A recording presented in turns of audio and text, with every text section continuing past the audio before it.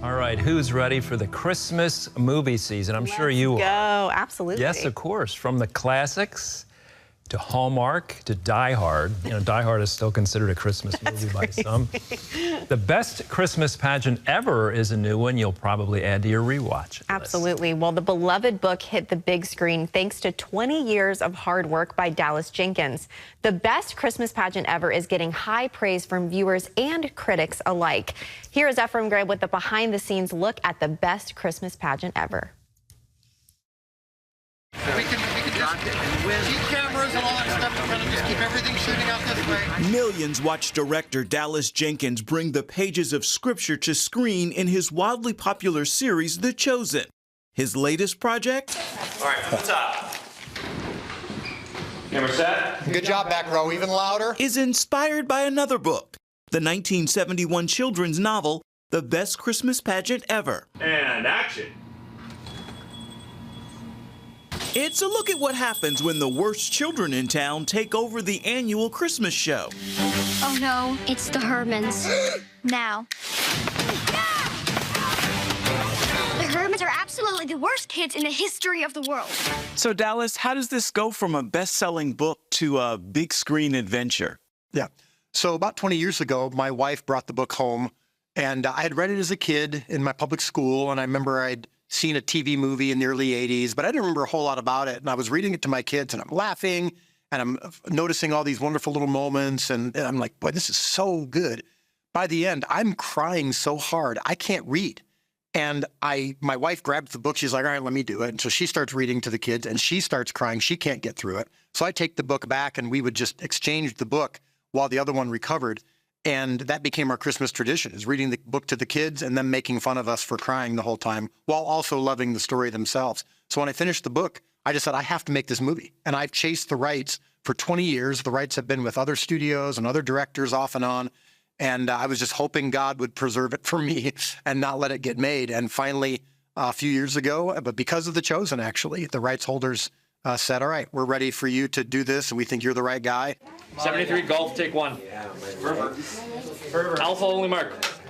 Filmmaker Kevin Downs is a producer on the project. Kevin, let's talk about the cast. You have Judy Greer, Pete Holmes, Lauren Graham. How did you create an environment that allowed for such comedic and heartfelt performances? Here's the thing, it's so hard as an actor to be able to create these characters that seem somewhat simple and yet make people want to be drawn into you. And Pete does it so effortlessly. He's so brilliant in this film. And so I love his performance. I love Judy Greer's performance. I mean, the two of them just really, you just want to watch them, and you want them to win from the moment that, you know, this story starts to unfold. Why'd you have to tell them they get food at church, dummy? Because I didn't think they'd actually walk into a church building. I'm surprised they didn't burst into flames. So, Pete, what was it like to play Bob Bradley? Well, honestly, it wasn't a stretch for me. I am a dorky, sort of hammy dad. Did I ruin the pageant? Oh, my goodness, no.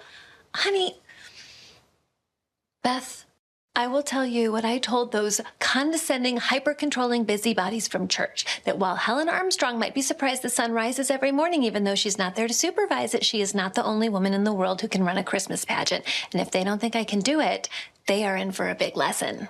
What messages of faith do we see in this story? I think there's a real message of inclusion and dropping the idea of the other. The Bible verse that I just referenced was when Jesus says, what you do to the least of me, of these, you do for me, right?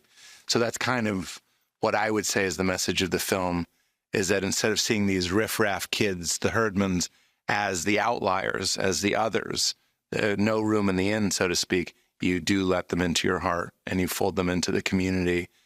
But I think anything that helps you see the oneness and the lack of division between each of us is a great message. Is your mom home? Not when the sun's up. Sorry about that. It's fine. I know how to cook. I'm sure you do. Well, please let her know I stopped by. I got the biggest ham for you guys. Let's talk about the mischievousness and the misbehaving of these children. How did you capture both the chaotic energy and the underlying humanity? the casting of the Herdman kids. They're the worst kids in the history of the world. They're on the outside. They're in poverty. They do a lot of hijinks. But then, of course, you have to find kids who can. I think it's easier sometimes for kids to perform some of those parts. You know, the humor, the toughness. It's hard when the show gets, you know, more emotional, and to find that heart. And so that was a big part of the casting process. It took us a long time. We went through hours and hours and hours of auditions, because to find those kids at that age who can pull off both comedy and drama it's extraordinarily rare. And we just got very fortunate. I mean, I think we got to the place where the choices weren't actually difficult, because the kids that emerged were so good that I think God brought them to us and said, these are the people that I want to portray the story of the Nativity through their eyes and through the lens of this modern day Christmas pageant. And I think, honestly, I mean, I'd like to take credit for some of it, but I think ultimately God brought these kids to us, and we knew they were the right one, and they blew us away. She's crying. Mary's crying. It's going to be the best Christmas pageant ever. Efrem Graham, CBN News. It looks like such a good film. I do plan on seeing it. I haven't seen the film yet, but I just remember when Dallas Jenkins, I follow him on Instagram just because I know him as the director of The Chosen, which of course everyone knows I'm a fan of The Chosen.